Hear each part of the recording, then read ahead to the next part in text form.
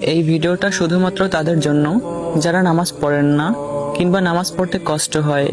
ফজর হলো শয়তানের বিরুদ্ধে মুমিনের প্রথম বিজয়। ফজরে জাগার জন্য সবার আগে যা দরকার তা হলো ইচ্ছা।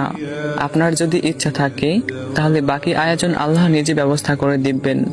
আর যদি ইচ্ছেই না থাকে তাহলে শয়তানের শিকলে বন্দী থেকে দিনের পর দিন পার করা ছাড়া আর কোনো গতি নেই। ফজর ছেড়ে দিলেন তো হেরে গেলেন। হেরে যেতে কে চায় এই পৃথিবীতে বলুন? আর আল্লাহর চোখে যারা হেরে যায় তারা তো দুনিয়া এবং আখিরাত দুই জায়গাতেই হতভাগ্যা। আমরা কি সেই হতভাগাদের অন্তর্ভুক্ত হতে চাই? যদি না চাই তাহলে চলুন দৃঢ় সংকল্প করি, ইনশাআল্লাহ আগামীকাল থেকে আর কখনোই ফজরের সালাত কাজা করব না। দেখুন, আমি এটা বলতেছি না যে প্রথম থেকেই আপনি 5 ওয়াক্ত নামাজ পড়েন।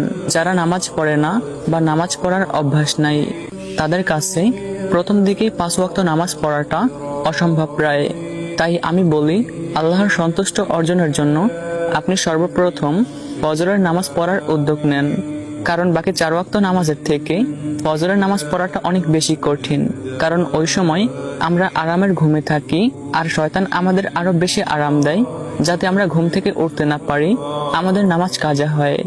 অতএব আমরা যদি শয়তানের শিকল ছিঁড়ে উঠি, কষ্ট করে ফজরের নামাজটা আদায় করি, তাহলে বাকি 4 ওয়াক্ত নামাজ আমাদের জন্য সহজ হয়ে যাবে, আমাদের উপর আল্লাহর রহমত বর্ষিত হবে। তো মূল কথা হচ্ছে 5 ওয়াক্ত নামাজি হওয়ার জন্য সর্বপ্রথম আপনি ফজরের নামাজ পড়ার উদ্যোগ নেন। প্রতিদিন ফজরের নামাজ পড়তে পারলে ইনশাআল্লাহ বাকি 4 ওয়াক্ত নামাজ আপনার জন্য সহজ হয়ে যাবে, আপনার উপর আল্লাহর রহমত বর্ষিত হবে। তো কথাগুলো ভালো লাগলে বেশি বেশি শেয়ার করে দেন এবং অন্য মুসলিমকে জানার সুযোগ করে দেন। তো সবাই ভালো থাকবেন, সুস্থ থাকবেন। আল্লাহ হাফেজ।